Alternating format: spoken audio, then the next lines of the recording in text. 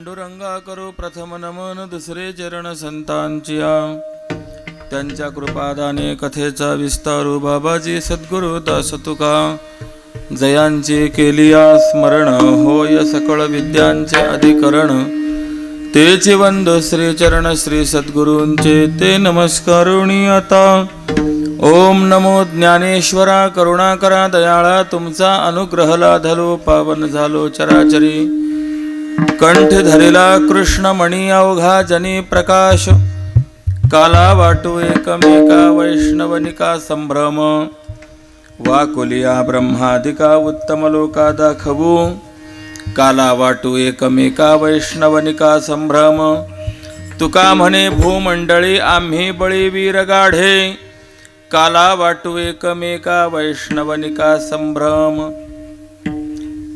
अकारण करुणा वरुणालय भगवंताच्या असीम कृपेने समस्त संत मांदियाळीच्या कृपाशीर्वादाने पूर्वजांच्या पुण्याईने या ठिकाणी या तिपायले परिवाराच्या नूतन वास्तुशांती गृहप्रवेशानिमित्ताने हा 3.5 दिवसांचा उत्कृष्ट असा सोहळा संपन्न होतोय आणि या सोहळ्यातील ही अंतिम सेवा माझ्या वाट्याला आलेली आहे. सेवेकरता घेतलेला अभंग जगद्गुरु जगदवंदनीय भक्तीचे कळस विरक्त शिरोमणी देहनिवासी सुप्रसिद्ध साधू तुकोबाराई यांचा असून महाराजांनी या अभंगाच्या माध्यमातून आपण आपल्या जीवनामध्ये स्वीकारलेलं साधन आणि प्राप्त झालेलं साध्य या दोन्ही गोष्टींचा विस्तार आणि विचार मांडलेला आहे. विठ्ठल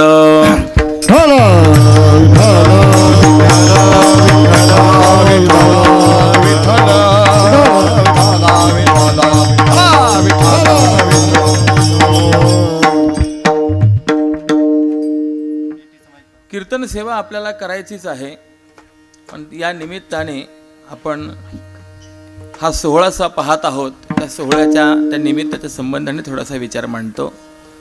एकंदरीत मानवी जीवन जर आपण पाहिलं तर प्रत्येकाच्या आयुष्यामध्ये सुखाची अपेक्षा आहे. प्रत्येकाला असं वाटतं की मला सुख प्राप्त झालं पाहिजे आणि मग ते सुख प्राप्त होण्याकरता जी साधनं आहेत त्या साधनांमध्ये आपला वास्तू हे सुद्धा एक महत्त्वाचं साधन सांगितलेलं आहे. आणि म्हणूनच पूर्वीपासून मंदिर असेल घर असेल याच्याकरता स्वतंत्र वास्तुशास्त्राची निर्मिती झालेली आहे. किंबहुना देवलोकामध्ये सुद्धा विश्वकर्मा त्यांचं कार्यच हे आहे की वेगवेगळ्या प्रकारची आकाराची घरं बांधणे आणि ज्या आकाराचं घर आहे, ज्या आयव्ययाचं घर आहे त्यानुसार आपल्या जीवनामध्ये तशा प्रकारचे अनुभव जे आहेत ते आपल्याला पाहायला मिळत असतात. म्हणून सुख प्राप्त व्हावं असं जर वाटत असेल तर वास्तू चांगला असणं ही देखील एक महत्त्वाची बाब आहे. म्हणून वास्तू कसा असावा, वास्तू कुठे बांधावा या संबंधामध्ये काही थोडासा विचार मी आपल्यासमोर मांडणार आहे.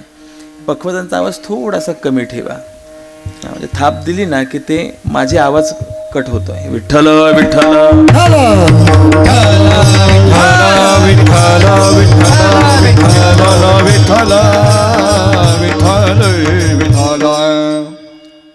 वास्तू बांधत असताना सर्वात प्रथम भूमी शोधन हे आपल्याला शास्त्रकारांनी सांगितलेलं आहे की ज्या पृथ्वीवरती आपल्याला घर बांधायचं आहे, देव मंदिर बांधायचं आहे, ती पृथ्वी प्रथम अनुकूल आहे की नाही ह्या गोष्टी आपण पाहिल्या पाहिजे.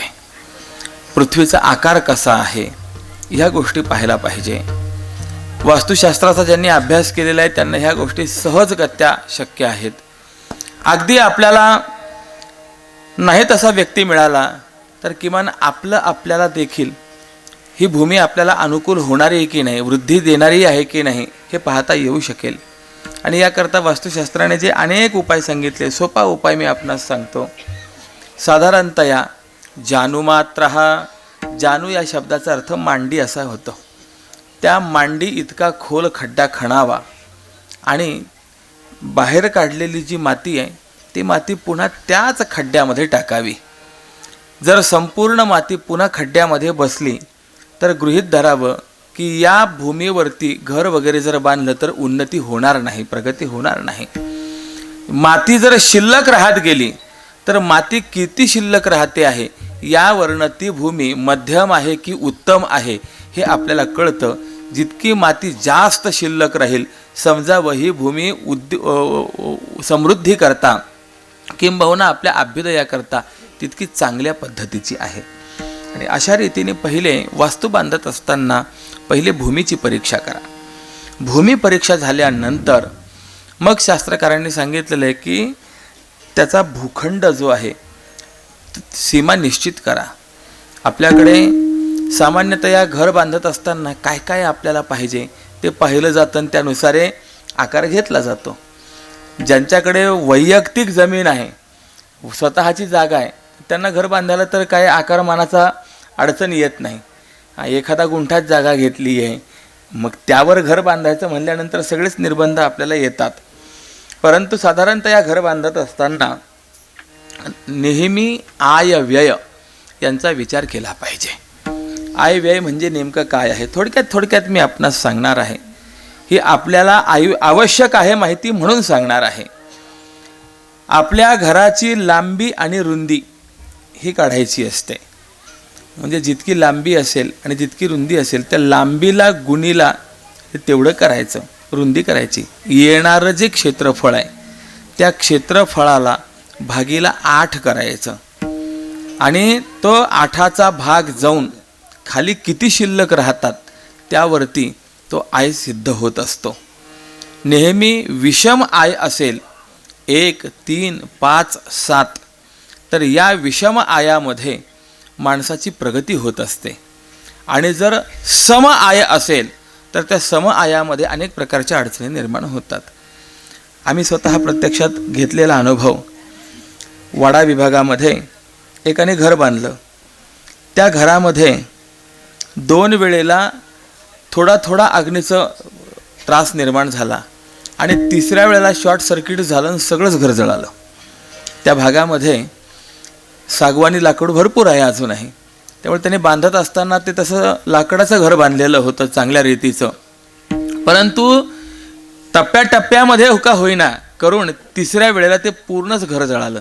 आता प्रश्न निर्माण झाला की इथे असं का झालं, तर त्याचं उत्तर शोधत असताना त्याचा जो आय आहे तो 4 आय आलेला होता, सम आय होता. शास्त्रकारांनी सांगितलेलं आहे 4 आय असेल तर त्यामध्ये अग्नीचं भय निर्माण होत असतं. 6 आय असेल तर त्या ठिकाणी चोऱ्या होत राहतात. 8 आय असेल तर त्या ठिकाणी अपमृत्यू होत असतो. त्या ठिकाणी आपल्याला उन्नती प्राप्त होत नसते.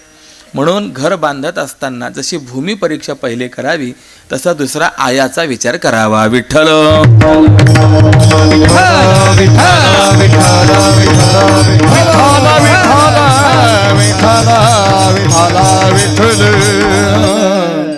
अगदी आपल्याला कोणी नाही उपलब्ध झालं तरी हे आपल्याला स्वतःला करणं शक्य आहे. अशा रीतीचं हे करावं. आणि हे झाल्यानंतर मग योग्य मुहूर्तावरती भूमिपूजन केलं पाहिजे. ज्योतिषशास्त्रामध्ये काही ध्रुव नक्षत्र म्हणून दिलेली आहेत. ध्रुव या शब्दाचा अर्थ होतो स्थिर. स्थिर नक्षत्रावरती जर आपण भूमिपूजन वगैरे केलं तर ते घरही स्थिर होतं आणि त्या घराचं बांधकाम वगैरे करत असताना कुठल्याही प्रकारची अडचण येत नाही.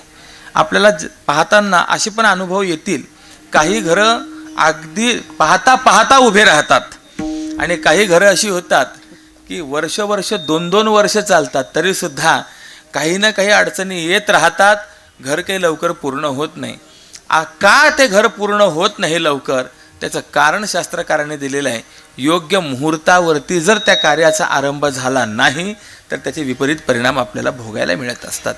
कोणत्या महिन्यामध्ये घर बांधावं शास्त्रकारांनी त्याचाही विचार मांडलेला आहे.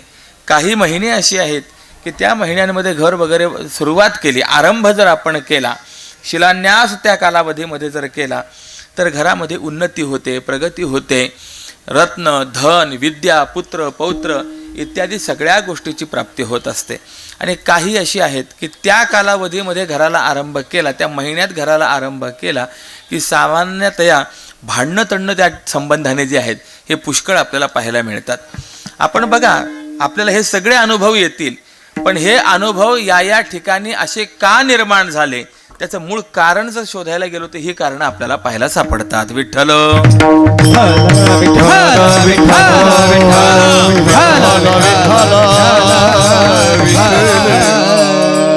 चला, भूमिपूजनापर्यंत आलो. तदनंतर शास्त्रकारांनी सांगितलेलं आहे भूमी उत्खनन, म्हणजे जमीन जी आहे तर ती पहिले नांगरायची आणि त्यानंतर ती त्याचं उत्खनन करायचं, खणून काढायची.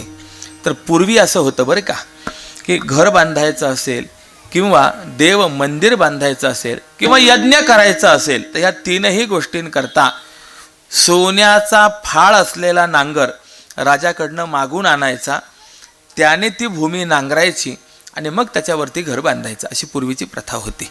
म्हणून आपणा सर्वांना माहिती आहे, जनक राजाला ही सीता मिळाली कशी हो? यज्ञाकरता भूमी नांगरत असतानाच मिळाली की नाही. नांगराच्या फाळाला संस्कृतमध्ये सीत म्हणतात आणि त्या सीताला लागून ती बाहेर आली म्हणून तिचं नाव सीता असं ठेवलं गेलं. विठ्ठल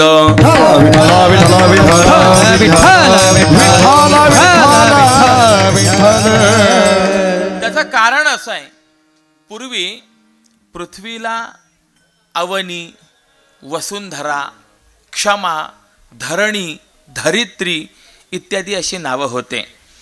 आणि एकदा काय झालं की इंद्र आणि वृत्रासुर या दोघांचं युद्ध झालं. भागवताच्या 6 स्कंधामध्ये ही सगळी कथा आहे. आणि इंद्राने ज्या वेळेला वृत्रासुरावरती वज्र चालवलं तर त्या वृत्रासुराच्या शरीरातून मेद बाहेर पडला, म्हणजे चरबी बाहेर पडली आणि तो फार मोठा अवाढव्य होता. भागवताने वर्णन केलेलं आहे की ज्या वेळेला इंद्राने त्या वृत्रासुराचे दोन्ही हात वज्राच्या माध्यमातून कापून टाकले त्यावेळेला त्या वृत्रासुराने असा पराक्रम गाजवला, खालचा ओठ जमिनीला आणि वरचा ओठ आकाशाला, आणि ऐरावतासह त्याने तो इंद्रच गिळून टाकला. मला विचारायचं आहे, एवढा ज्याचा आ होऊ शकत असेल त्याचं शरीर किती अवाढव्य असेल.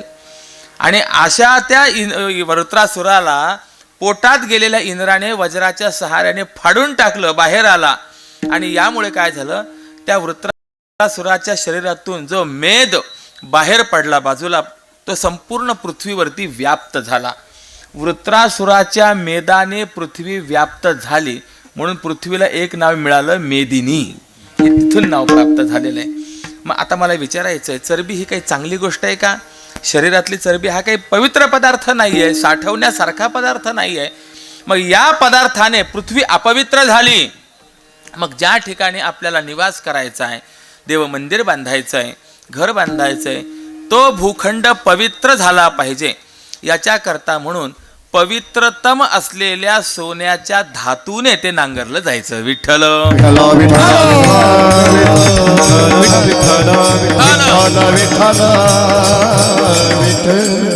थोडा विचार करा, सोन्याचा फाळ असलेला नांगर आता मिळायचा केव्हा? 1.25 लाख रुपयात तोळा झालंय. आता असं नांगर मिळेल का हो? मिळत नाहीये.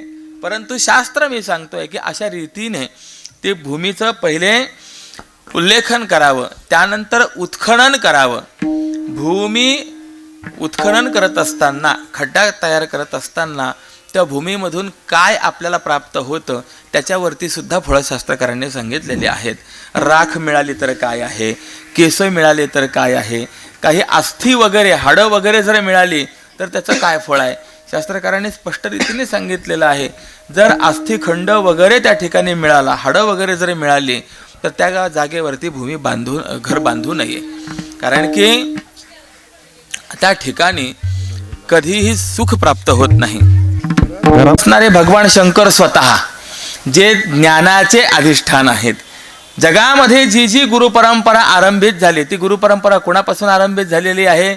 भगवान शंकरांपासून. आदिनाथ गुरु सकळ सिद्धांचा मत्स्येंद्र तयाचा मुख्य शिष्य. सामान्य यजमान असेल तर कोणताही गुरुजी चालून जाईल, परंतु भगवान शंकर स्वतः यजमान म्हणून बसणार आहेत.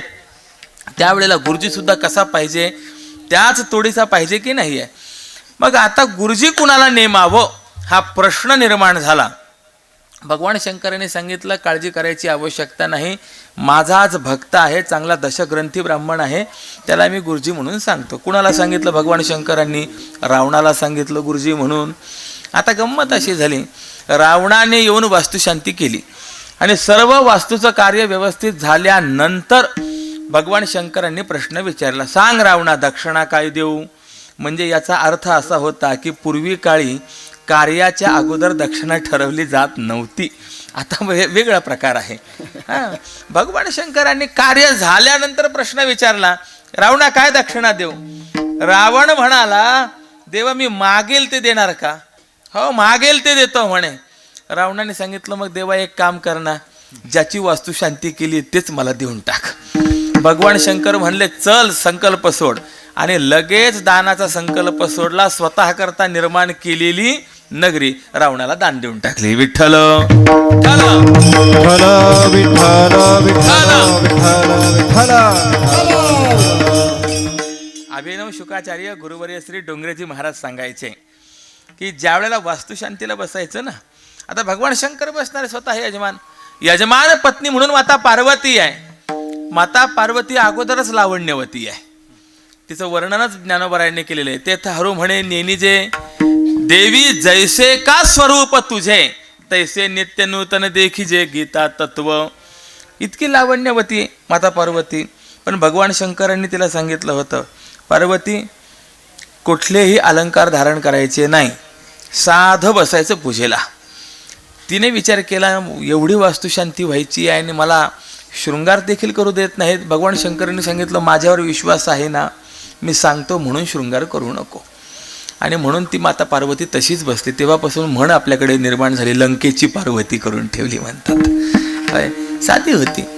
ज्या वेळेला त्या माता पार्वतीने हे पाहिलं की यांनी लंका दान करून टाकली, त्यावेळेला तिला कळालं की हा पुरोहित रावण होता.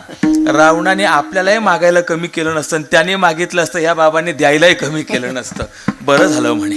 सांगायचं तात्पर्य माझं एवढंच आहे की रामरायाने वास्तुशांती केल्याचा पुरावा आहे, भगवान शंकरांनी वास्तुशांती केल्याचा पुरावा आहे. त्यामुळे नवीन घर बांधलं तर त्या घरामध्ये प्रवेश करण्यापूर्वी वास्तुशांती करणं हे क्रमप्राप्त आहे, ही परंपरा आहे. विठ्ठल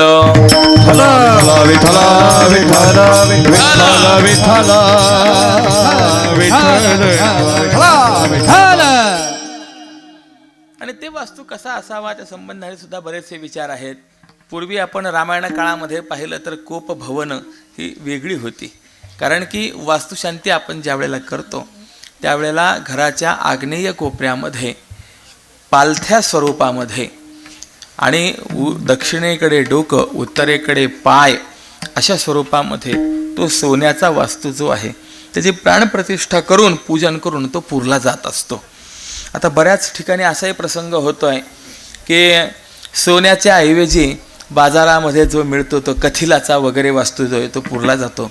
पण आपण एवढं मोठं घर बांधतो तर त्यामध्ये त्या कथिलाचा वास्तू पुरुष पूर्ण हे काही योग्य नाही आहे. ते धातू व्यवस्थित नाही आहे. योग्य धातू सुवर्ण धातू सांगितला आहे.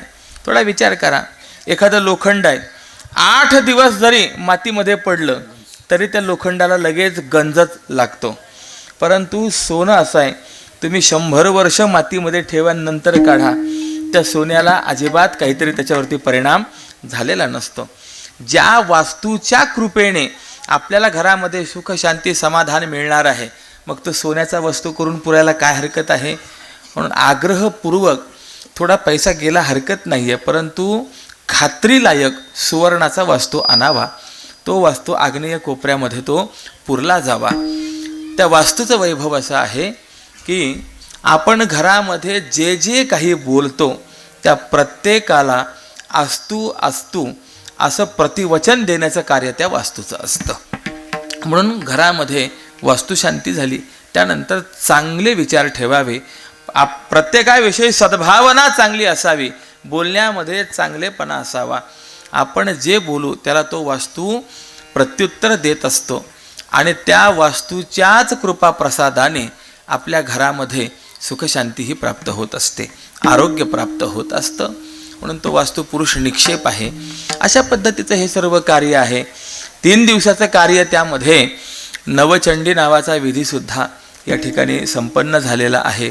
ती एक महत्त्वाची बाब आहे. कारण आपल्या घराण्याचं संरक्षण करणे ही जबाबदारी जर कोणाची असेल तर ती कुलदेवीची असते. जोपर्यंत कुलदेवीची कृपा आपल्यावरती प्राप्त होत नाही तोपर्यंत आयुष्यामध्ये कुठल्याही प्रकारचं यश मिळत नाही. विठ्ठल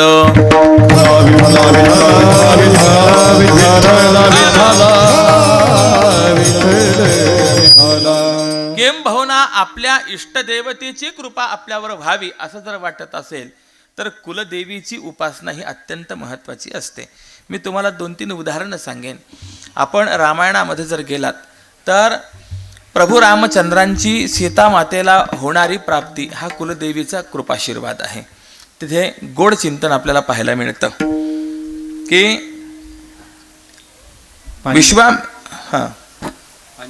विश्वामित्र ऋषींचा यज्ञ संरक्षण व्हावा यासाठी राम लक्ष्मणांना विश्वामित्र घेऊन गेले. आणि यज्ञ संरक्षण झाल्यानंतर विश्वामित्र राम लक्ष्मणांना घेऊन जनकपुरीला गेले, मिथिलेला गेले. मिथिलेला गेल्यानंतर विश्वामित्र यांची सेवा त्या ठिकाणी राम लक्ष्मण करतायत. ही मर्यादा कशी येते फार महत्त्वाची बाब आहे. गुरु शिष्य परंपरा मर्यादा आपल्याला शास्त्रकारांनी अशी सांगितली आहे, गुरूंनी झोपल्यानंतर शिष्याने झोपावं आणि गुरूंनी उठण्या अगोदर शिष्याने उठून स्नान संध्या करून तयार असावं. ही खरी गुरु परंपरा आहे. आज या परंपरेचा जर आपण विचार केला तर विचित्र परंपरा निर्माण झालेली आहे. शिक्षकच उठतात आणि विद्यार्थ्यांना म्हणतात उठा जागे वारे आता, तरी सुद्धा विद्यार्थी लवकर उठत नाही. ही विकट परिस्थिती आहे की नाही? परंतु प्रभू रामचंद्र हे मर्यादा पुरुषोत्तम असल्या कारणाने त्यांनी कधीही अमर्यादा केली नाही. पहाटे उठून विश्वामित्रांच्या अगोदर स्नान संध्या करून तयार. विश्वामित्रांचं स्नान झालं आणि देवपूजा करायची. विश्वामित्रांनी सांगितलं, रामा एक काम करा, इथे जवळच जनकाची पुष्पवाटिका आहे, फुलांची बाग आहे, त्या बागेमध्ये जा आणि फुलं देवाकरता घेऊन या. म्हणून राम लक्ष्मण बागेमध्ये फुलं आणण्याकरता गेले. आणि ज्या वेळेला प्रभू रामचंद्र या पुष्पवाटिकेत गेले होते त्याच वेळेला जानकी माता आपल्या सखींसह त्याच पुष्पवाटिकेमध्ये असलेल्या गिरिजेच्या म्हणजे देवीच्या दर्शनाकरता त्या ठिकाणी आलेली होती. आता जानकी माता तर दर्शन करते, पण तिच्याबरोबर असणारी जी सखी आहे ती सखी त्या पुष्पवाटिकेमध्ये विहार करण्याकरता आली. आणि विहार करता करता तिने एकदम प्रभू रामचंद्रांना पाहिलं. रामचंद्रांचं दर्शन झालं. इतकं अनुपम सौंदर्य तिने आयुष्यात प्रथम पाहिलेलं होतं आणि त्यामुळे ती अक्षरशः वेडी झाली. ती धावत धावत जानकी मातेकडे आली आणि मी एक अतिशय सुंदर पुरुष पाहिला हे तिला सांगता सुद्धा येईना. ती फक्त हा हा हा करायला लागली. जानकीला प्रश्न निर्माण पडला, हिला काही भूतभीत लागले की काय, काय झालंय नेमकं? कारण की देवाचं स्वरूपच असं आहे, मनोवाचातीत तुझे हे स्वरूप म्हणून या माप भक्ती केली. देवाचं स्वरूप हे मन वाणीच्या पलीकडे, देवाविषयी काही सांगता येत नाही. तिने जानकीला फक्त हाताला धरलं आणि तिथपर्यंत घेऊन आली.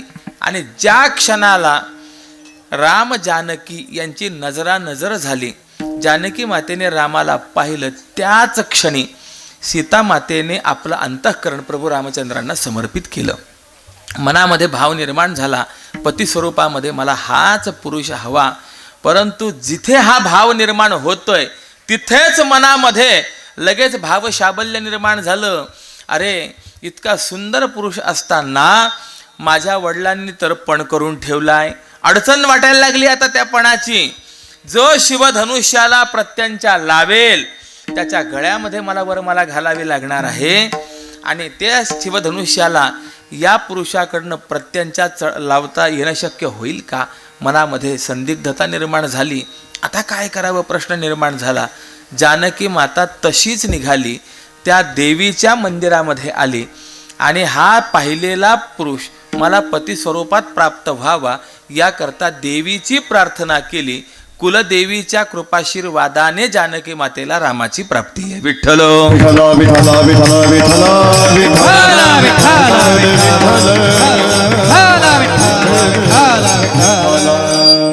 म्हणजे देवादिकांनाही जर आपण विचार पाहिला तर आपलं जे अपेक्षित आहे ते प्राप्त होण्याकरता उपासना कोणाची करावी लागली आहे? देवीची उपासना करावी लागली आहे. अगदी असाच प्रसंग आपल्याला रुक्मिणी स्वयंवरामध्ये पाहायला मिळतो. ज्या वेळेला रुक्मिणीला अनेक संतांकडनं भगवान श्रीकृष्णांच्या विषयी सर्व ज्ञात झालं, रुक्मिणी मातेने आपलं अंतःकरण देवाला समर्पण केलं आणि रुक्मिणीचा थोरला बंधू रुक्मी याने रुक्मिणीचा विवाह कोणाशी ठरवला? शिशुपालाशी ठरवला. नाथ महाराजांनी गोड वर्णन केलेलं आहे. हळद लागली शिशुपाळा, वृत्ती गुंतली गोपाळा. अशी परिस्थिती निर्माण झाली. हळद तर लागली शिशुपाळाला, परंतु अंतःकरण वृत्ती मात्र गुंतली कुठे आहे? गोपाळा, भगवान श्रीकृष्णांच्या ठिकाणी. काय करावं हा प्रश्न निर्माण झाला आणि त्या रुक्मिणी मातेने एक संदेश सुदेव नावाच्या ब्राह्मणाच्या हाती भगवान श्रीकृष्णांपर्यंत पाठवला. भगवंताने तो संदेश वाचला. त्याच्यामध्ये वर्णन होतं. श्रुत्वा गुणान भुवन सुंदर शृण्वतांते निर्विश्य कर्ण विवरैर हरतोंग तापम. देवा, आजपर्यंत मी तुला पाहिलेलं नाहीये रे, परंतु माझे वडील सत्संग प्रिय आहेत. मी माझ्या वडिलांची लाडकी आहे.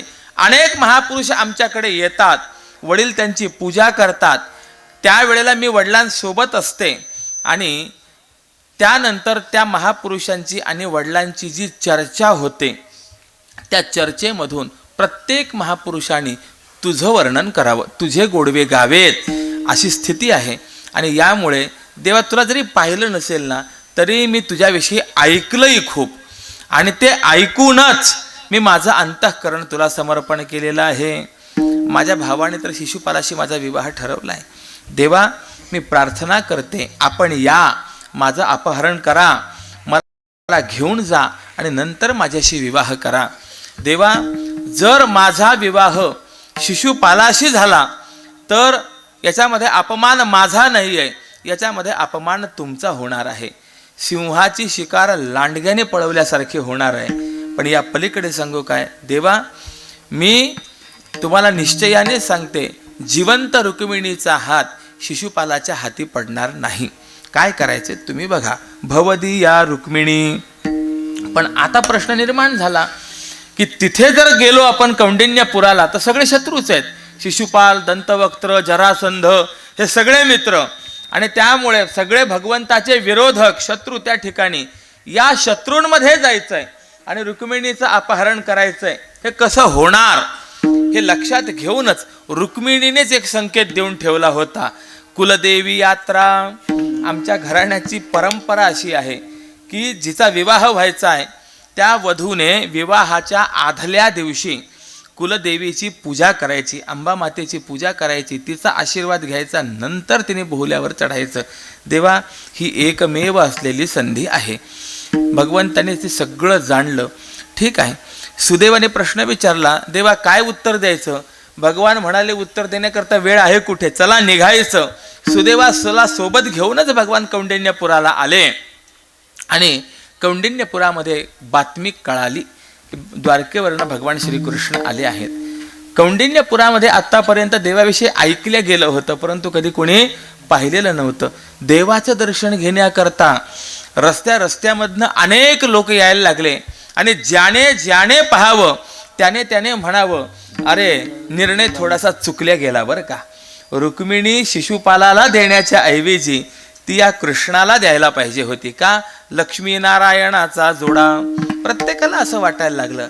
एक लक्षात ठेवा, भाग्य केव्हा उदयाला येतं? ज्या वेळेला अनेकांचे आशीर्वाद लाभत असतात. म्हणून वर्णनच आहे, राखावी बहुतांची अंतरे, भाग्य येती तदनंतरे.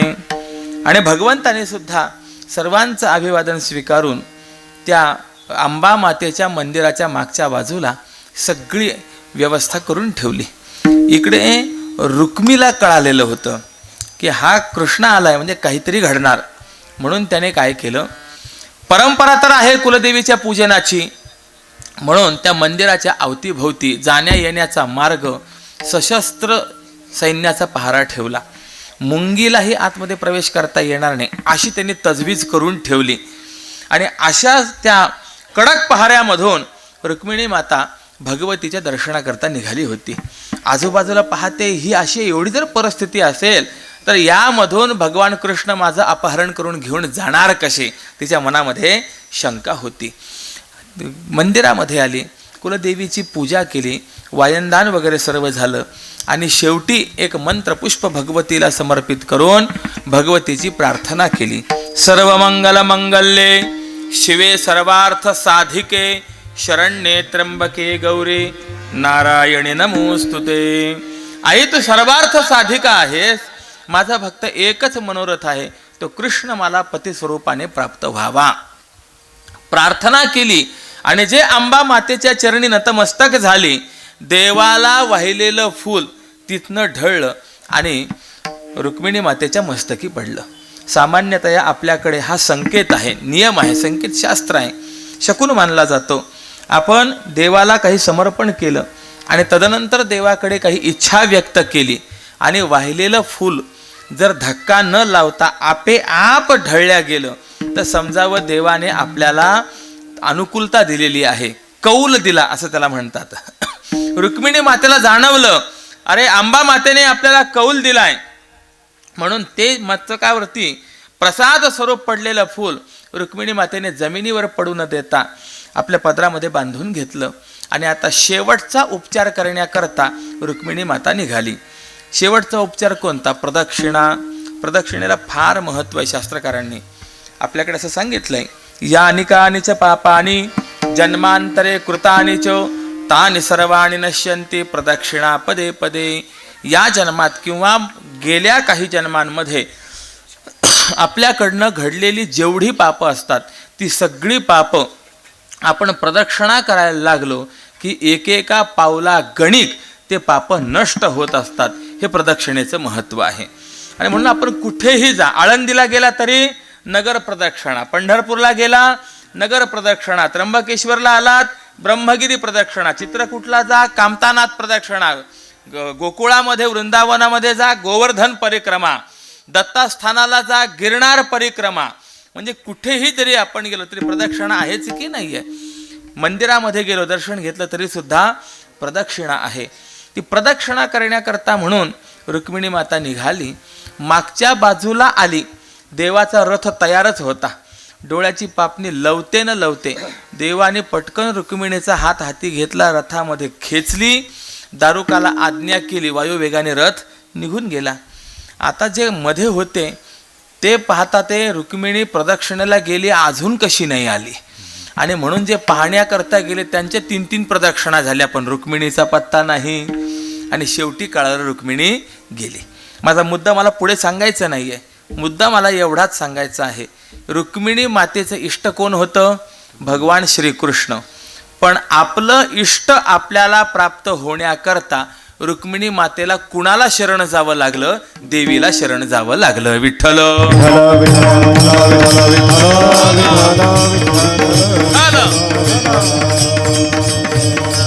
म्हणजे याचा सरळ सरळ अर्थ असा आहे. हे दोन्ही उदाहरणं जर आपण पाहिले तर आपलं मनोरथ पूर्ण व्हावं असं वाटत असेल तर त्याकरता कुलदेवीच्या कृपा प्रसादाची आवश्यकता आहे. हेच आपल्याला सिद्ध होतं. म्हणून संतांनी देखील विचार मांडला, कुळीची ही कुलदेवी, कुळीची ही कुलदेवी, कुळीची ही कुलदेवी, कुळीची ही कुलदेवी.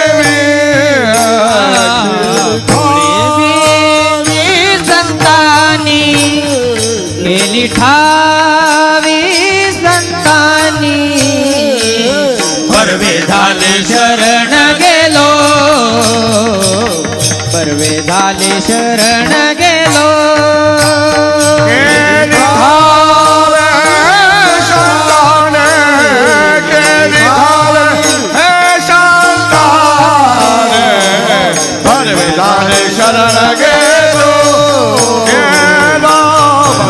शरण गेलो,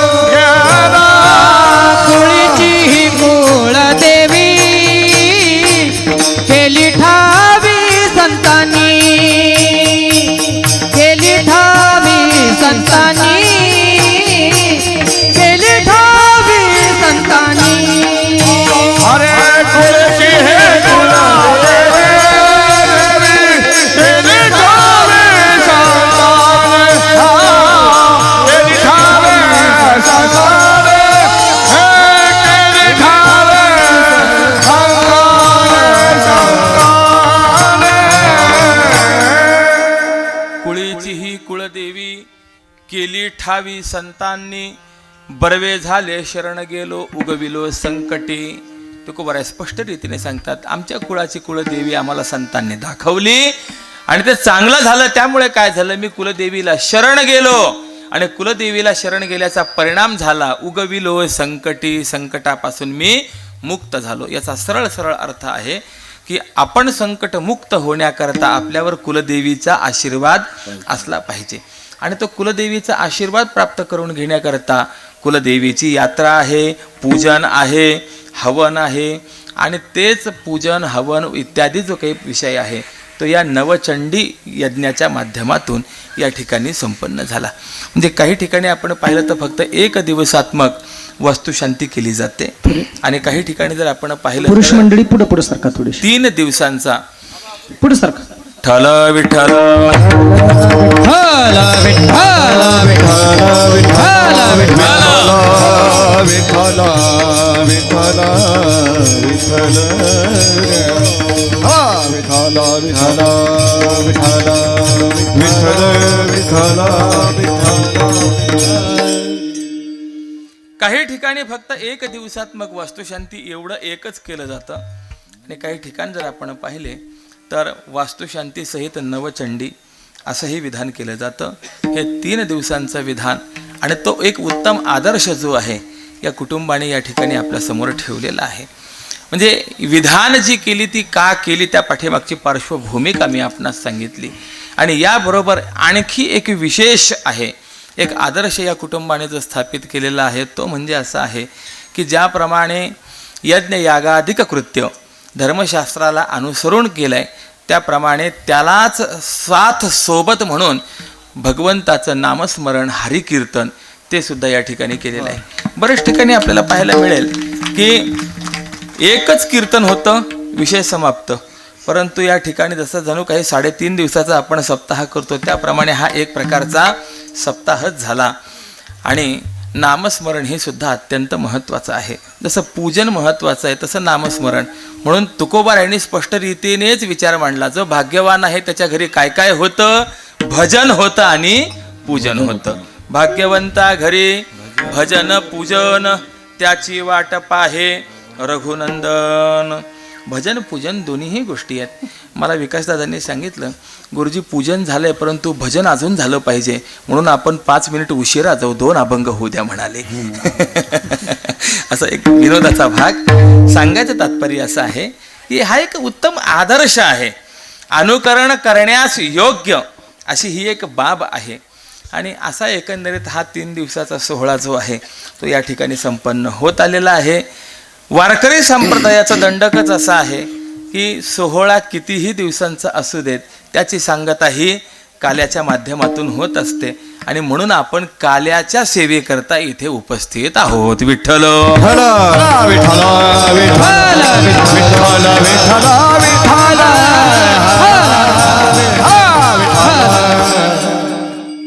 याचा अर्थच असा आहे, आत्तापर्यंत झालेली माझी प्रस्तावना आहे, कीर्तनाला सुरुवात इथून पुढं आहे. 4 वाजेपर्यंत सोडत नाही, काळजी करू नका. असं काल्याच्या सेवेकरता घेतलेला हा जो अभंग आहे ना, या अभंगाचं सुद्धा वारकरी संप्रदायामध्ये विशेष महत्त्व आहे. काल्याची सेवा करण्याकरता आपण गवळणे घेऊ शकतो किंवा इतरही काही अभंग आहेत. परंतु काल्याचा प्रसाद ज्या वेळेला वितरण केला जातो त्यावेळेला मात्र एकच अभंग आहे आणि तो म्हणजे हा आजचा असलेला सेवेचा अभंग आहे. असं या अभंगाचं वारकरी संप्रदायामध्ये विशेष महत्त्व आहे. आणि या अभंगाचं दुसरं वैशिष्ट्य काय आहे तर जगद्गुरू तुकोबारायांनी या अभंगाच्या माध्यमातून आपण आपल्या जीवनामध्ये स्वीकारलेलं साधन सांगितलंय आणि त्या साधनाने प्राप्त झालेलं साध्य या दोन्हीही गोष्टी आपल्याला सांगितलेल्या आहे. कोणताही मनुष्य असू देत काहीतरी मिळवण्याकरताच काहीतरी करत असतो की नाही. कोणतीही क्रिया करत असताना त्या पाठीमागे काहीतरी उद्देश असतो आणि वेगवेगळे स्वतंत्र उद्देश असतील परंतु सगळ्यांचा एक उद्देश आपल्याला पाहायला मिळेल, तो म्हणजे सुखाची अपेक्षा आहे. कुणाला डॉक्टर व्हायचं असेल, कुणाला इंजिनियर व्हायचं असेल, कुणाला वकील व्हायचं असेल, असे प्रत्येकाचे उद्देश कदाचित काही वेगवेगळे असू शकतात. परंतु मला सुखी व्हायचं आहे हा उद्देश प्रत्येकाचा आहे की नाही आहे. प्रत्येकाचा आहे. मग त्याप्रमाणे प्रत्येकाच्या जीवनामध्ये प्राप्त होऊ शकणारं किंवा प्राप्त झालं पाहिजे असं एक साध्य, आणि ते साध्य कोणतं आहे? सर्वत्र परमात्म दर्शन. ते सर्वत्र परमात्म दर्शन कसं होईल? तुकोबाराय त्याच्याकरता साधन सांगतात. आपण कंठामध्ये कृष्ण मणी धारण केला तर ह्या गोष्टी प्राप्त कंठी होईल. धरिला कृष्ण मणी, कंठ धरिला कृष्ण मणी, कंठी धरिला कृष्ण मणी, कंठी धरिला कृष्ण मणी, धरिला कृष्ण मणी, धरिला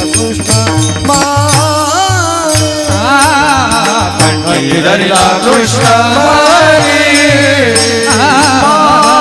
धरिला कृष्ण मणी, धरिला कृष्ण मणी, अवघा जाणे प्रकाश, अवघा जाणे प्रकाश, वाटू एकमेका, वाटू एकमेका, अवघा जाणे प्रकाश, अवघा जाणे हे प्रकाश, वाटू एकमेका, वाटू एकमेका,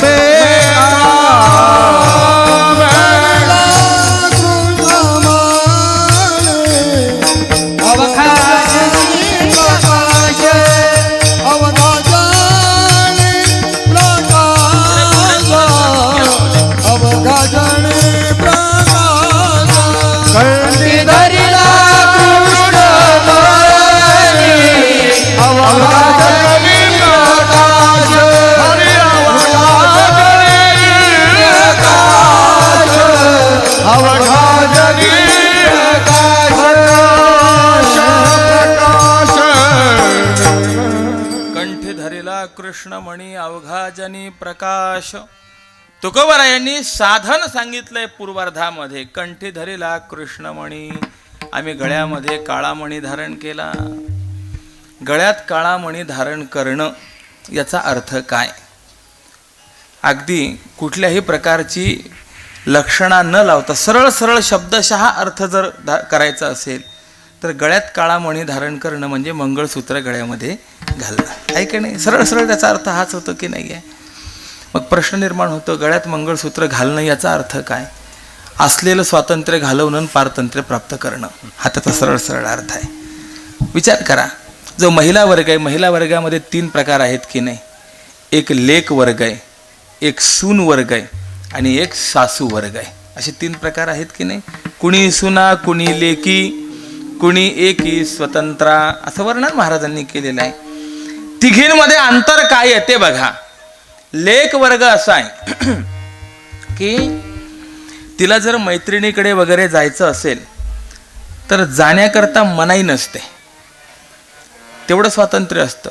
फक्त कोणत्या मैत्रिणीकडे चालली आहे, केव्हा परत येणार आहे याची घरामध्ये कल्पना देऊन मग जा. तंत्रे आणि अर्ध पारतंत्र्य आहे.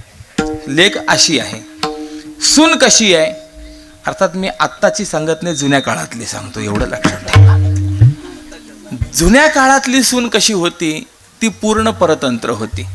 तिला काही जरी करायचं म्हटलं तरी सुद्धा सासूला विचारल्याशिवाय काहीच करता येत नसे. अगदी उदाहरण सांगतो, जुने कीर्तनकार सांगायचे, एका घरामध्ये शेजारीण काकू आल्या. पातेलं होतं ताक मागायला. सासू घरात नव्हती. त्या सुनेने सांगितलं, काकू आमच्याकडचं ताक संपलंय. ती आपली पातेलं घेऊन बाहेर निघाली. एवढ्यात त्या घरातली सासू बाहेरनं आत यायला लागली. तिने पाहिलं शेजारीण घरातून बाहेर पडते आहे. काय ग, कशाला आली होती? अगं तुमच्याकडे ताक घ्यायला आली होती. काय सांगितलं तिनं? ती म्हणाली ताक नाही आहे. काय काय असं कसं काय सांगते ताक नाही आहे? चल माझ्याबरोबर. आता मला विचारायचं आहे, सासूने जर शेजारणीला असं सांगितलं, शेजारणीला काय वाटेल? घरात ताक आहे परंतु सुनेने आपल्याला मुद्दाम होऊन दिलं नाही, गैरसमज निर्माण होतो. ती सासू त्या शेजारणीला पुन्हा घरात घेऊन आली. आणि आता सुनेला विचारलं, काय ग काकूंना ताक दिलं नाहीस? तिने सांगितलं, आत्याबाई खरंच आपल्याकडचं ताक संपलेलं आहे. हे ऐकलं आणि त्या सासूने सांगितलं, माफ करा हा, पण ताक नाही आहे आमच्याकडे. मग ती शेजारीण म्हणाली, तुझ्या सुनेने तरी काय वेगळं सांगितलं होतं, हेच तर सांगितलं होतं. ती म्हणाली, बरोबर आहे, परंतु ताक नाही हा सांगण्याचा हक्क तिला कुणी दिला? म्हणे, मी सासू आहे म्हणे. विठ्ठल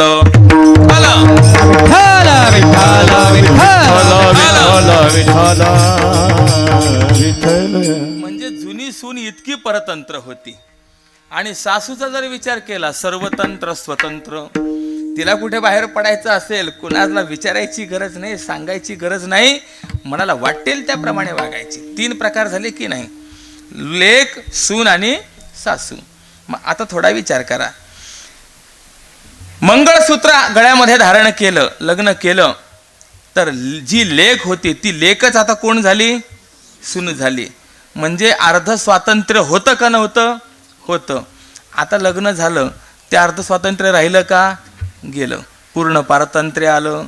मग अर्ध स्वातंत्र्य घालवणारं आणि पूर्ण पारतंत्र्य देणारं असं ते मंगळसूत्र आहे.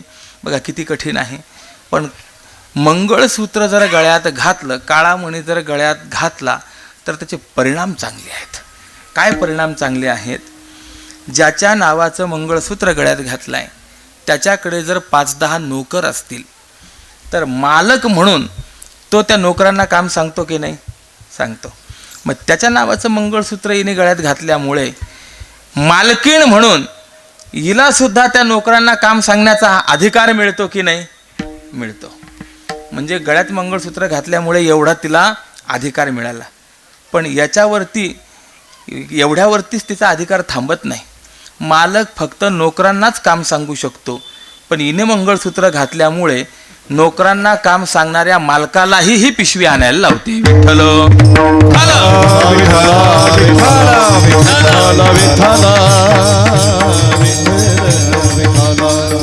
मग आता मला सांगा, सगळ्यात जास्त अधिकार कुणाला मिळाला हो? ही मालकाची मालकीन झाली. कशाचा परिणाम? कंठी धरीला कृष्ण मणी, हात म्हणजे काळा मणी गळ्यात धारण केला.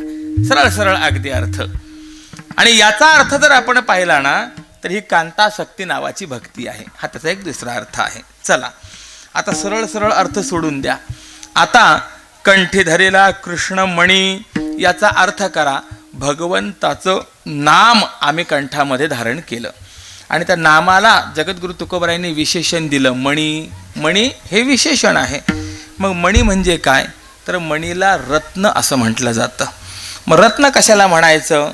तर तसं वर्णन शास्त्रकारांनी केलंय, जातो जातो यदुत्कृष्टम तद्रत्नमभिधीयते.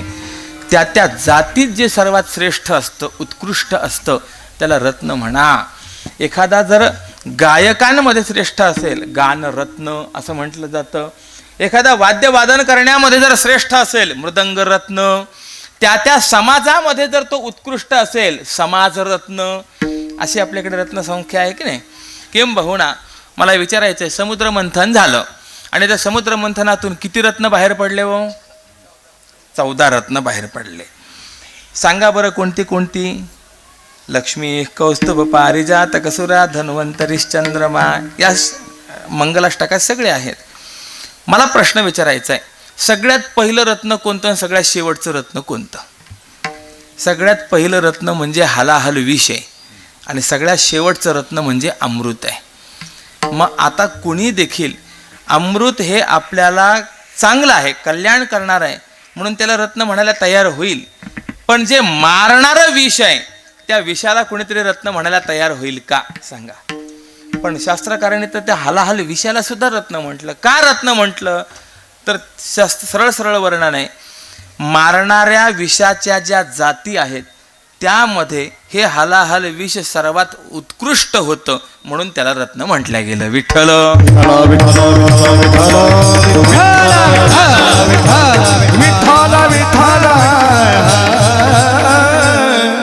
मारणाऱ्याच्या जातीमध्ये विष हलाहल सर्वात उत्कृष्ट म्हणून ते रत्न, आणि जीवन प्रदान करणाऱ्याच्या जातीमध्ये अमृत सर्वात उत्कृष्ट म्हणून ते रत्न. चला दोन्ही रत्न आपले झाले की नाही? पण असं जरी रत्नाचा या ठिकाणी विचार असेल तरी संत रत्न कुणाला म्हणतात आणि सामान्य मनुष्यरत्न कुणाला म्हणतो याचा विचार करण्यासारखी बाब आहे. आपल्या दृष्टिकोनातून आपल्याला हिरे माणिक मोती असे काही मिळाले की आपण त्याला काय म्हणतो, रत्न म्हणतो. परंतु या हिरे माणिक मोत्यांच्या विषयी जर आपण संतांची भूमिका पाहिली तर संत म्हणतात आम्ही या रत्नांना रत्न म्हणतच नाही. जगद्गुरु तुकोबरा यांची स्पष्ट भाषा आहे. माणिक पाषाण खडे जैसे माणिक पाषाण खडे जैसे माणिक पाषाण खडे जैसे माणिक पाषाण सोने रुपया मृत्यु के समान सोने मृत्यु के समान माणिक पाषाण खडे माणिक पाषाण खडे माणिक पाषाण खडे माणिक पाषाण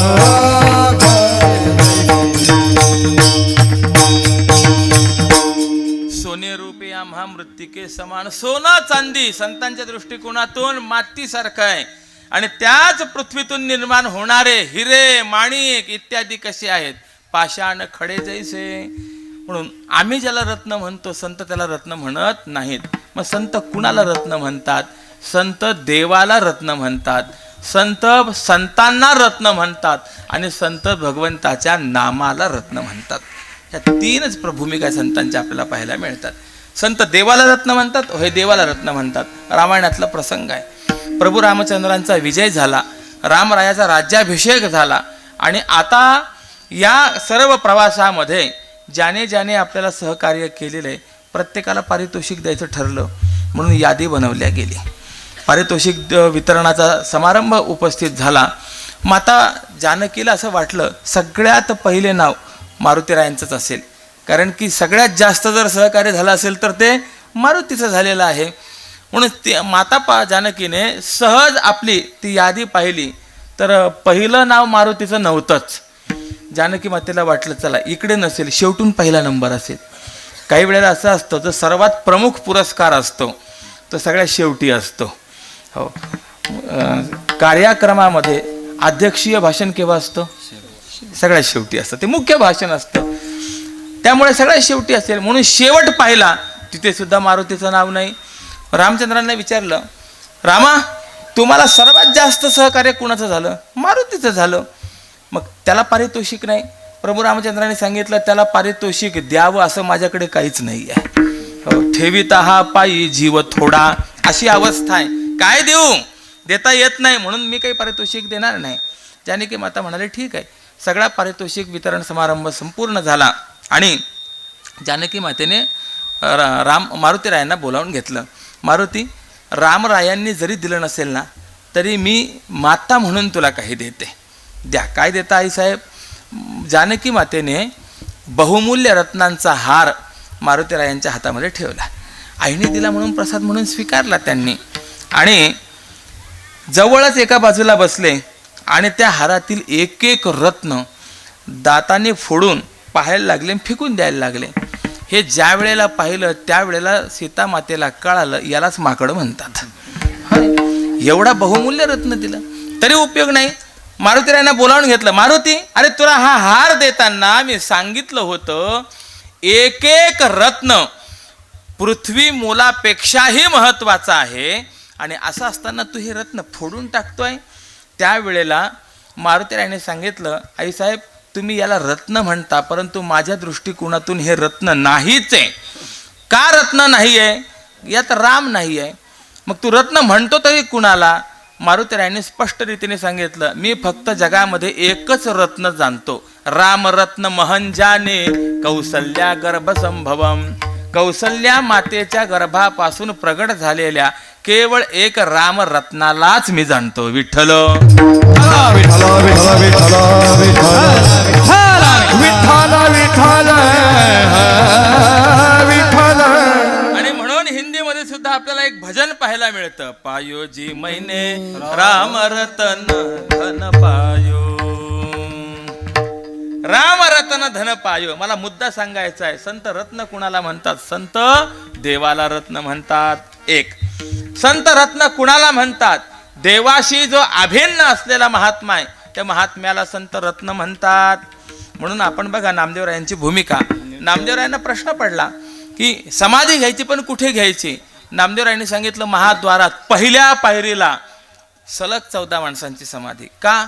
नामा म्हणे आम्ही पायरीचे चिरे, संत पाय हिरे वरी देते. इथे संतांना हिरा म्हटलं म्हणजे संत हे रत्न आहेत. विठ्ठल विठ्ठल विठ्ठल विठ्ठल विठ्ठल विठ्ठल विठ्ठल. आणि जसा देवाला रत्न म्हणतात, संतांना रत्न म्हणतात, तसं संत नामाला रत्न म्हणतात. कंठी धरेला कृष्णमणी. फार गंमत आहे बरं का. कंठी धरेला कृष्णमणी हा स्वतःचा अनुभव आहे, स्वतःची साधना आहे. आणि तुम्ही आम्ही काय साधना करायची? तुम्हा आम्हाला देखील तीच साधना सांगितली. नामधरा कंठी विठोबाचे, नामधरा कंठी विठोबाचे नामधरा कंठी, विठोबाचे नामधरा कंठी. हा कंठी धरीला कृष्ण उठाऊने नामधरा कंठी विठोबाचे. हरी नामधरा कंठी विठोबाचे, नामधरा कंठी विठोबाचे. सारा सारा विचार करा उठाऊनी, नामधरा कंठी विठोबाचे, नामधरा कंठी विठोबाचे, नामधरा कंठी विठोबाचे. सारासार विचार करा उठा उठी, नामधरा कंठी विठोबाचे. समाजाला सांगितलं कंठी विठोबाचे नामधरा. समाजाने प्रश्न विचारला आम्हाला सांगतायत कंठी नामधरा, तुम्ही काय केलं?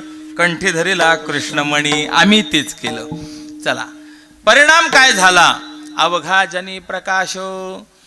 याचा अर्थ आहे सगळीकडे आम्हाला परमात्म्याचं दर्शन झालं. सर्वांमध्ये एकमेव परमात्मा दिसणं हे परमार्थातील सर्वोच्च स्थान आहे, लक्ष्य आहे. सर्वांमध्ये देव दिसला पाहिजे. थोडा विचार करा. संतांचं जर जीवन पाहिलं त्यांना पशुपक्ष्यांमध्ये सुद्धा देवाचं दर्शन आहे. नामदेवरायांना कुत्र्यामध्ये देवाचं दर्शन आहे. शांती ब्रह्मश्री एकनाथ महाराजांना गाढवामध्ये देवाचं दर्शन आहे. जगद्गुरु तुकोबारायांना पक्ष्यांमध्ये देवाचं दर्शन आहे. काय झालं? एक दिवस गावातील एक व्यक्ती जगद्गुरु तुकोबारायांकडे आली. महाराजांनी स्वागत केलं. आज माझ्याकडे आलात? त्याने सांगितलं होय, तुमच्याकडे एक काम घेऊन आलो. ते ऐकलं तुकोबाराय हसले.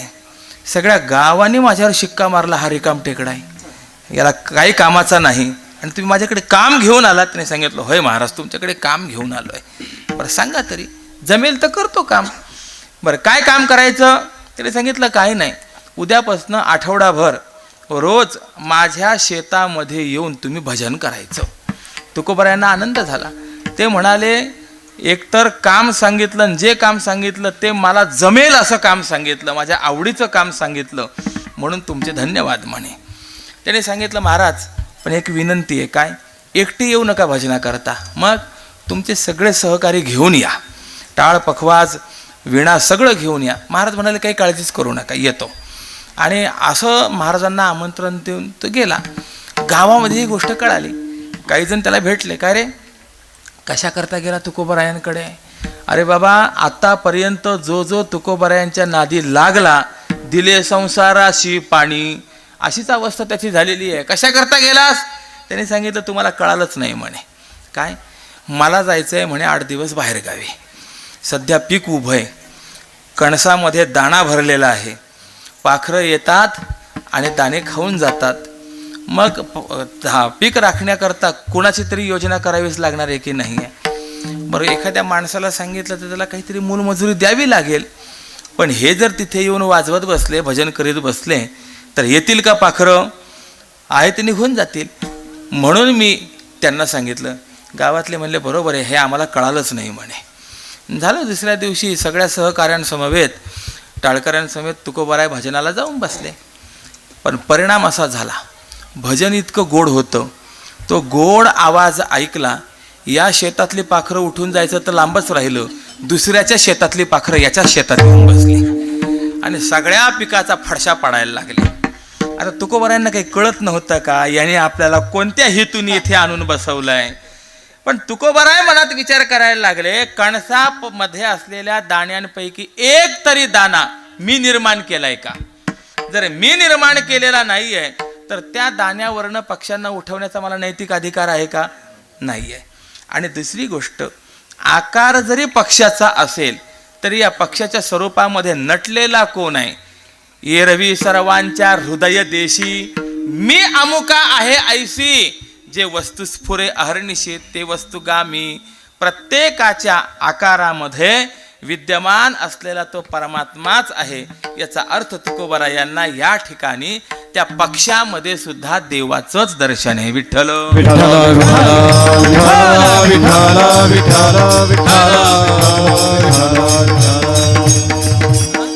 मग आता विचार करा, संतांना पशुपक्ष्यांमध्ये सुद्धा देवाचं दर्शन आहे आणि तुमचं आमचं जीवन जर पाहिलं तर आम्हाला माणसातला देव दिसत नाही.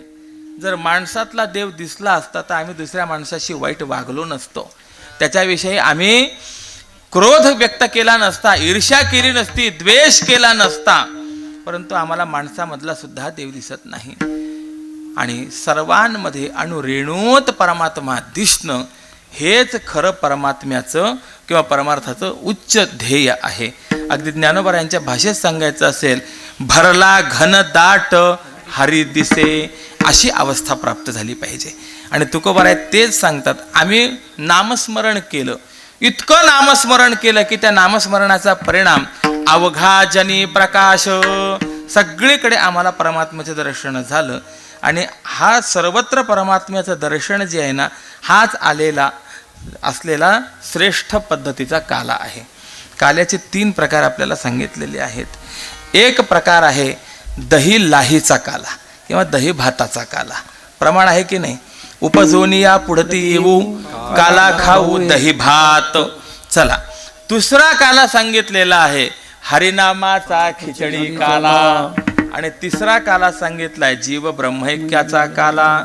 स्थूल देह पुष्ट होण्याकरता दही भाताचा काला, अंतःकरणाच्या शुद्धीकरता हरिनामाचा प्रेमाचा काला, आणि कारण देहाच्या नाशाकरता जीव आत्मैक्य बोधाचा काला. विठ्ठल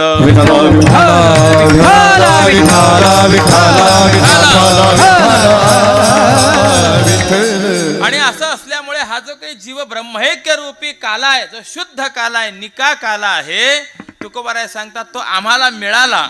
पण तो फक्त आम्हीच सेवन करणार नाही, तर मग तो काला आम्ही इतरांनाही देणार आहोत.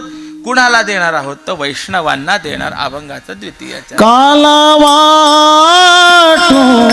कालवाटू कालवाटू एकमेका कालवाटू कालवाटू कालवाटू एकमेका कालवाटू कालवाटू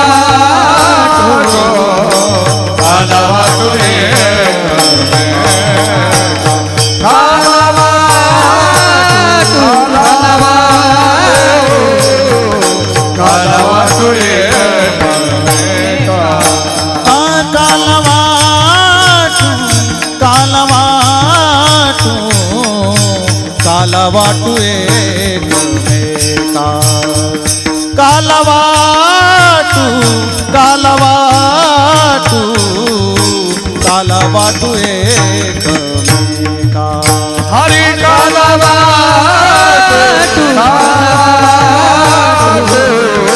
कालवाटू एकमेका हे कालवाटू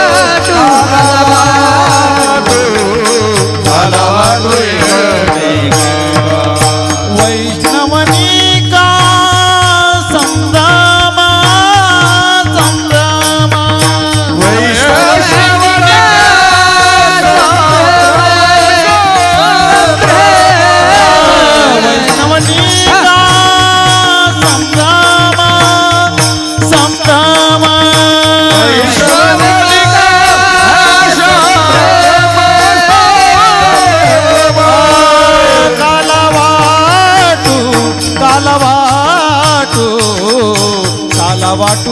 एकमेका कालवाटू कालवाटू कालवाटू एकमेका कालवाटू कालवाटू कालवाटू एकमेका कालवाटू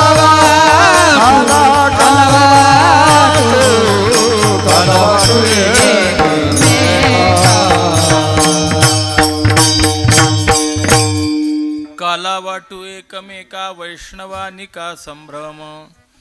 असा शुद्ध जो काला आहे तो काला आम्ही एकमेकांना वाटू. आणि कुणाला वाटू तर जे वैष्णव आहेत त्यांना आम्ही हा काला वाटणार आहोत. वैष्णव कुणाला म्हणावं? सामान्यतया जो ज्या देवाची उपासना करतो त्या देवावरनं त्या भक्ताची ओळख केली जात असते. एखादा भगवान शंकरांची उपासना करणारा असेल त्याला शैव म्हणतात. गणपतीची उपासना करणार असेल त्याला गाणपत्य म्हणतात. शक्तीची म्हणजे देवीची उपासना करणारा असेल त्याला शाक्त म्हणतात. त्याप्रमाणे जो भगवान महाविष्णूंची उपासना करणार आहे त्याला वैष्णव असं म्हणतात. जो भगवान महाविष्णूंची उपासना करणार आहे त्याला आम्ही काला देऊ, हा एक अर्थ आहे. आणि वैष्णव कुणाला म्हणावं तर नामदेवरायांनी गोड वर्णन केलेले. नामा म्हणे नाम केशवाचे घेसी तरीच वैष्णव होसी अरे जना. जर भगवंताचं नामस्मरण केलं तरच तो वैष्णव म्हणवला जातो. आणि अशा नामधारकाला आम्ही हा काला देऊ. मग कदाचित वैष्णवांना काला देत असताना दुसरे कोणी आले तर काला देणार नाही. मला विचारायचं आहे, भगवंतांनी मोहिनी अवतार धारण केला आणि अमृताचं वितरण केलं. पण ते अमृत वितरण करत असताना कुणाला अमृत दिलं होतं? हो, देवांना दिलं होतं की नाही? पण देवांना वाटत असताना राहू नावाचा दैत्य त्या सूर्यचंद्राच्या मध्ये येऊन बसला. त्याला सुद्धा मिळालं की नाही? मिळालं. वस्तुतः दैत्यांना द्यायचं होतं का अमृत? द्यायचं नव्हतं, परंतु मिळालं. तर त्या पद्धतीने कदाचित तुम्हाला दुसऱ्यांना काला द्यायचा नाही, वैष्णवांनाच द्यायचा आहे. पण दुसरा कोणी अधिकारीमध्ये आलाच तर त्यांना काला देणार का? तुकोबारायांनी सांगितलं नाही देणार. त्यांना काला तर देणार नाहीच नाही, पण उलट पक्षी वाकुल्या दाखवू. वाकुलिया ब्रह्मादिका उत्तम लोका दाखवू. आणि एवढ्यावर थांबत नाहीत.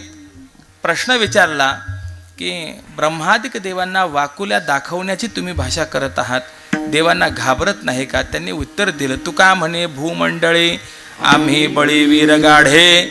असं असल्यामुळे आम्ही देवांना काला देणार नाही, तो फक्त वैष्णवांना देऊ. म्हणून काल्याचं वैभवच असं आहे. हा काला वैकुंठात नाही, स्वर्गलोकात नाही, सत्यलोकात नाही, कैलासात नाही, तो फक्त भूतलावरती आहे. आणि विशेष करून संतांच्याच संगतीमध्ये आहे. विशेष हा लाभ संत संगे विशेष हा लाभ संता संगे विशेष हा लाभ संता संगे विशेष हा लाभ. तुका म्हणे काला वैकुंठी दुर्लभ विशेष हा लाभ संत संगे विशेष हा लाभ संत संगे. तुका म्हणे काला वैकुंठी दुर्लभ विशेष हा लाभ संत संगे विशेष हा लाभ संत संगे. तुका म्हणे काला वैकुंठी दुर्लभ विशेष हा लाभ संत संगे. अगदी समांतर प्रमाण भक्त मी आपणास सांगतो. स्वर्गे सत्तेच्या कैलासे वैकुंठे नास्तेयम रसहा अतः पिबंतु सद्भाग्या मामा मुंचंतु करे चित. स्वर्गलोक, सत्यलोक, कैलासलोक, वैकुंठलोक कुठेही काला नाही. वैकुंठ तो ऐसे नाही कवळ काही काल्याचे. जो वैकुंठातही न प्राप्त होणारा काला आहे तो काला संतांच्या संगतीत प्राप्त होतो. संतांनी सांगितलं काला वाटू एकमेका वैष्णवनिका संभ्रम. अभंगाचा भावार्थ झाला असं गृहीत धरायचं आणि एकदा प्रेमाने भगवंताचं भजन करायचं. विठोबा जय कुमार कुमार कुमार कुमार कुमार बार खुमाई विठोबा रखुमाई जे विठोबा रखुमाई विठोबा रखुमाई म्हणा विठोबा रखुमाई विठोबा रखुमाई विठोबा रखुमाई विठोबा रखुमाई विठोबा रखुमाई विठोबा रखुमाई विठोबा रखुमाई विठोबा रखुमाई विठोबा रखुमाई विठोबा रखुमाई विठोबा रखुमाई विठोबा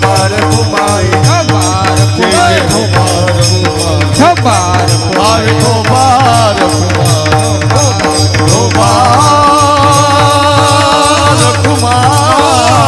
विठोबा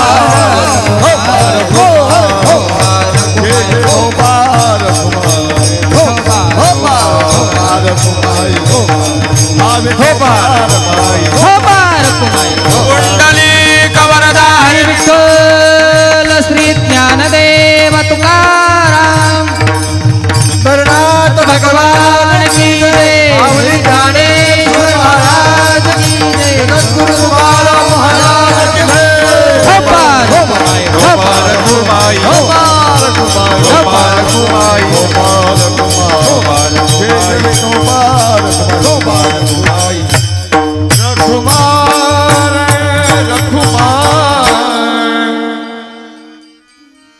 कंठी धरिला कृष्णमणी अवघा जनी प्रकाश काला वाटू एकमेका वैष्णवनिका संभ्रम.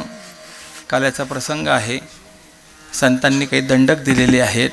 चरित्र ते उच्चारावे केले देवी गोकुळी. आणि म्हणून एकच चरित्र सांगून थांबणार आहे. मला तुमच्या सगळ्यांची भावना कळते पुरेपुरे आता. ही सगळी भावना मला कळते म्हणून अधिक वेळ घेणार नाही आहे. परंतु नियम आहे की चरित्र उच्चारण केल्याशिवाय पुढे जाता येत नाही म्हणून सांगणार. मोजून 5 मिनिटं. देवाने भगवंताने गोकुळामध्ये अनेक प्रकारच्या लीला कराव्यात, चोऱ्या कराव्यात. अनेक गवळणींनी जाऊन यशोदा मैयाकडे गाऱ्हाणे करावेत. काही गवळणी अशा होत्या देवाला बाहेरच्या बाहेरच दटवायच्या. एका गवळणीला भगवान भेटले आणि गवळणीने विचारलं, का रे तूच ना तो नंदाचा कार्टा? देवाने विचारलं, काय झालं? नाही, सगळ्या गोकुळाला त्रास देणारा तूच ना. भगवान म्हणाले, काकू तुमच्याकडे कधी आलो का? तुम्हाला कधी त्रास दिला का? मग कुणाची म्हैस कुणाची उठबैस कशाला पाहिजे तुम्हाला? हां, कशा करता? अरे तू काय माझ्याकडे येशील? तू फक्त येऊन तर दाखव, तुला बांधूनच टाकते. आणि असं जाहीर ज्या वेळेला आव्हान भगवंताला मिळालं, भगवान म्हणाले, असं काय मला बांधून टाकणार? सगळ्या जगाला बंधनातून मुक्त करणारा मी, मला बांधून टाकायची भाषा? कसं बांधावं लागतं तुला दाखवतोच म्हणे. झालं, सांगितलं. उद्या सकाळी 8 वाजेला याच्या दारात जाऊन बसायचं. सगळे म्हणाले चालेल. आणि त्याच दिवशी रात्री भगवान छतातून आतमध्ये आले.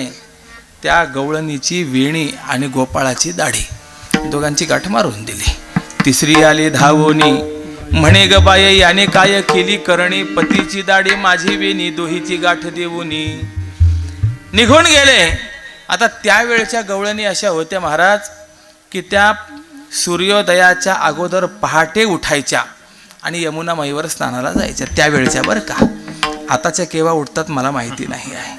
होय, काही गवळणी चालल्या होत्या. इथं काही दार उघडं दिसलं नाही आणि म्हणून आवाज दिला, ए प्रभावती, अगं तुला यायचं नाही का? आवाज आला, जी जाग आली आलेच म्हटली. जशी उठली तशी वेणी ताणल्या गेली. ती त्या नवऱ्याला म्हणायला लागली, मला स्नानाला जायचंय, पाणी आणायचंय, कामाची वेळ आहे, सोडा वेणी. ही काही थट्टा करायची वेळ आहे? तो नवरा म्हणाला, मी तर वेणी धरली नाहीच नाही, परंतु जाता जाता माझी दाढी खेचते येईन, पुन्हा वरतून मलाच म्हणते वेणी सोडा. तो म्हणाला, ती म्हणाली, मी कुठे तुमची दाढी खेचली? हा म्हणतो, मी कुठे वेणी खेचली? शेवटी समयची वात पुढे सरकवली. लक्षात आलं दोन्हीची गाठ बसलेली आहे. मग ती गाठ सोडण्याचा प्रयत्न केला, सुटेना. जाळण्याचा प्रयत्न केला, जाळल्या जाईना. कापल्याचा प्रयत्न केला, कापल्या जाईना. शेवटी सगळे उपाय थांबले आणि म्हणून दोघांनी बसून घेतलं. आता सकाळचे 8 वाजले, 9 वाजले, 10 वाजले तरी दार उघडलं जात नाही. अंगणामध्ये सडा संमार्जन नाही, रांगोळी नाही. पूर्वी असं होतं, दारामध्ये जर सडा रांगोळी दिसली नाही तर समजलं जायचं की घरात सुतक लागलेलं आहे. तरच ते घरात दारासमोर सडा रांगोळी नसायची. इथं दार उघडलं नाही, बरं कुठे बाहेर गावी गेले असंही नाही, बाहेरून कुलूप नाही आहे. गावकऱ्यांना शंका आली आणि दार तोडून घरात आले. येऊन पाहता सुंदर ते ध्यान बैसले पलंगावरी. आणि असं ते सर्व दृश्य पाहिलं. ज्याने यावं त्याने हसावं. रे काय रे तुमची अवस्था, काय तुम्हाला लाज लज्जा शरम. आता जो बोलेल तो ऐकूनच घ्यायची पाळी आली. पण शेवटी प्रश्न निर्माण झाला की गाठ पडली कशी. प्रत्येकाने सोडण्याचा प्रयत्न केला, कुणाशी सुटेना. आणि एकाने हळूच शंका म्हणून प्रश्न विचारला, कार्ट्याला काही बोलली होतीस का. आता आठवलं. ती म्हणली कालच त्याला म्हणली होती माझ्या घरी आलं तर बांधून टाकेल. बस संपलं म्हणे, मग त्यानेच बांधलंय. मग आता पर्याय म्हणलं त्याने सोडल्याशिवाय सुटत नाही. जा त्याला बोलावून आणा. एक कोणीतरी गेला देवाकडे. ए देवा चल त्या प्रभावतीच्या घरी जायचं आहे. देव म्हणाले नको रे बाबा, कालच तिने मला धमकी दिली, मी गेलो किती बांधणार आहे मला. तो जाणारा म्हणला अरे ती काय बांधणार, तू काय बांधलंय आम्हाला माहिती म्हणला. देव म्हणला बांधलं असेल. अरे सोडावं लागेल ना. सोडणार नाही. अरे असं कसं चालेल, जर सुटावं वाटत असेल तर त्यांना इकडं घेऊन या. आता सगळ्या गावातून असं जायचं म्हणल्यानंतर ती काय प्रतिष्ठेचा विषय थोडीच होता. बरं त्यातले त्यात भारतातला हा विषय. आपल्याकडे खूप मर्यादा पाळल्या गेली.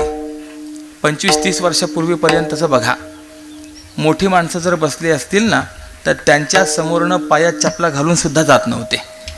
चप्पल हातात घ्यायची, पुढे जायचं, खाली टाकायची, मग पायात घालून पुढे जायचं. ही परंपरा तुम्ही सांभाळली की नाही व. जुना वर्ग या ठिकाणी माझ्या समोर आहे. ही मर्यादा सांभाळली. कधीही मोठ्या पुरुषांसमोर, व्यक्तींसमोर डोक्यावरचा पदर खांद्यावर आला नाही.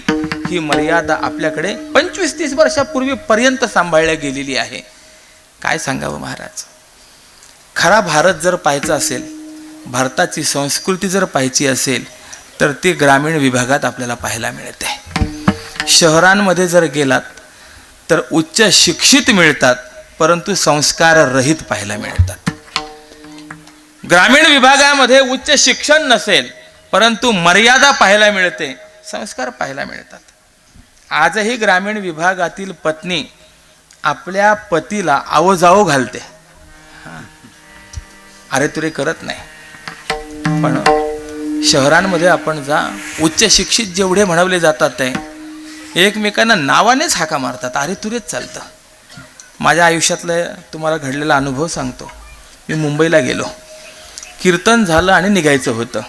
त्या घरातील महिलेने सांगितलं महाराज फक्त 1 मिनिट थांबा, वैभव येतोय, त्याने नमस्कार केला की तुम्ही निघा. आता वैभव येतोय म्हटल्यानंतर मला वाटलं याचा मुलगा येतोय. त्या घराचे मालक आले, नमस्कार केला, बाजूला उभे राहिले. मला निघायची घाई होती आणि म्हणून मी तिला प्रश्न विचारला. म्हणला ताई वैभवजी केव्हा येणार आहेत. ते म्हणले हा काय वैभव म्हणले. मग मला कळालं हिचं हे वैभव आहे. काय कठीण अवस्था आहे. मर्यादा जी आहे ती भारतामध्ये सांभाळल्या गेली आणि अलीकडेपर्यंत मर्यादा सांभाळली गेली, आज सांभाळली जाते आहे. तर 5000 वर्षापूर्वी किती मर्यादा असेल. आणि अशा मर्यादेच्या कालावधीमध्ये असं सोंग गावातून बाहेर काढायचं आहे. विचार करा कसं झालं असेल. बरं त्यातले त्यात गवळणीच्या वेणीला गोपाळाची दाढी होती. त्याच्यामुळे स्त्री पुढे, गवळण पुढे आणि गोपाळ पाठीमागे. आपल्याकडे कसं आहे, पुरुष पुढे आणि स्त्री पाठीमागे. हा आपल्याकडचा क्रम आहे की नाही आहे. परंतु इथे मात्र त्या वेणीला दाढी बांधलेली असल्यामुळे असं उलट झालं. पटतंय ना माझं म्हणणं तुम्हाला. ज्याला पटत नसेल त्यांनी प्रयोग करून पहा. झाला प्रकार असा. शेवटी सगळ्या गोकुळातून जावं लागलं आणि देवाकडे गेल्यानंतर देवाने हात सुद्धा लावला नाही. फक्त त्या गाठीकडे पाहिलं कृपादृष्टीने. गाठ सुटली. विनोदाचा भाग जर सोडला तर जीवाची आणि मायेची अनादिकालापासून गाठ बसलेली आहे. ती गाठ सोडण्याकरता यज्ञ, याग, तप, तीर्थ, व्रत, दान काही काही करा, पण गाठबाई कुणाशी सुटेना, कुणाला सुटत नाही. ती गाठ सुटावी असं वाटत असेल तर भगवंताची कृपा दृष्टीच असावी लागते. विठ्ठल विठ्ठल विठ्ठल महाराज अशा अनेक लीला भगवंताने कराव्यात. गाराने वाढले. शेवटी यशोदा मैयाला जाणवलं आपल्या मुलाचं नाव काही गावात चांगलं राहिलं नाही आणि म्हणून यशोदा मैयाने कान्हाला सांगितलं उद्या जाई राना, उद्या जाई राना, उद्या जाई राना, उद्या जाई राना, सवे घेवोनी गोधना, सवे घेऊनी गोधना, सवे घेऊनी गोधना, सवे घेऊनी गोधना, सवे घेऊनी गोधना. उद्या जाई राना सवे घेऊनी गोधना. आणि त्याप्रमाणे गोधने चारावया जातो शारंग पाणी. आणि एका बाजूला गोधन चरायचं, एका बाजूला वाळवंटामध्ये खेळ चालायचे. असे खेळ खेळता खेळता एक दिवस सगळ्या गोपाळांनी प्रश्न विचारला, देवा किती दिवस खेळवणार? अरे तुझा प्रसाद आम्हाला पाहिजे. भगवंताने सांगितलं उद्या तुम्हाला प्रसाद देणार. आणि म्हणून दुसऱ्या दिवशी सगळे गोपाळ आपापल्या शिदोऱ्यासोबत घेऊन गेले आणि असे खेळता खेळता बरोबर 1:15 झाला. खांदी भार पोटी भूक काय कीर्तनाचे सुख, अशी परिस्थिती झाली सगळ्यांची. सगळ्यांनी सांगितलं आता आवरून घ्या. मग भगवंताने सांगितलं काळजी करू नका, खडकी सोडी येल्या मोठा, आजीचा दही काला गोमटा. खडकावरती भगवंताने त्या सगळ्या सवंगड्यांना बसवलं आणि मध्यभागी उभं राहून सुंदर प्रकारे एक एक घास ब्रह्मैक्याचा गोपाळांना भरवला. तोच असलेला काला शुकाचार्यांनी गोड शब्दात वर्णन केलेले. बिभ्रद वेणून जठरपटयो शृंगवेत्रे च कक्षे वामे पाणो मश्रुण कवलम तत्फलान्यंगुलीषु तिष्ठन् मध्ये स्वपरिसुहृदः हासयन्नर्मभिस्वैः स्वर्गे लोके मिशति बुभुजे यज्ञ भुग बाल केलिः. गोपाल कृष्ण भगवान की जय. स्वर्गातले देव ही सगळी बाल लीला पाहण्याकरता आलेले आहेत. आजी ओस अमरावती काला पहावया येती देव विसरती देव भाव आपुला. आणि अशा प्रसंगामध्ये भगवंताने एक एक ब्रह्मसुखाचा घास गोपाळांना भरवला. गोपाळांचं जीवन कृतार्थ झालं. तोच काला पुढे पंढरपूरला वाळवंटामध्ये आला. एकची टाळी झाली चंद्रभागे वाळवंटे, माझा ज्ञानराज गोपाळांशीला ह्या वाटे. आणि तोच काला वारकरी संप्रदायाच्या दंडकानुसारे नियमानुसारे आपण या सोहळ्याच्या सांगता निमित्ताने या ठिकाणी साजरा करत आहोत. जसा काला प्रसाद प्राप्त झाला आणि गोपाळांचं जीवन कृतार्थ झालं तसं आपल्याही जीवनामध्ये सुखाचा, शांतीचा, समाधानाचा काला प्राप्त व्हावा अशी भगवत चरणारविंदी प्रार्थना करतो. या लिपायते परिवाराने हा महोत्सव तिपायल आहे हा महोत्सव साजरा केला आणि त्या निमित्ताने भरपूर अन्नदान, नामस्मरण इत्यादी सर्व गोष्टी करून एक आदर्श सर्वांसमोर ठेवलेला आहे. म्हणून त्यांच्याविषयी देखील कृतज्ञता भाव व्यक्त करतो. आपण सर्वजण या सुखामध्ये सहभागी होऊन, या आनंदाच्या क्षणामध्ये सहभागी होऊन हा आनंद वाढवण्याकरता या ठिकाणी आलात म्हणून आपले देखील सर्वांचे धन्यवाद आहे. आपल्याविषयी देखील कृतज्ञता भाव व्यक्त करतो. करविली तैसी केली कटकट वाकुडी की नीट देव जाणे. या न्यायाने झालेली सेवा भगवत चरणारविंदी समर्पित करून माझ्या वाक्प्रपंचाला या ठिकाणी मी पूर्ण विराम देतो. ज्ञानेश्वर माऊली ज्ञानराज माऊली, माऊली ज्ञानेश्वर माऊली ज्ञानराज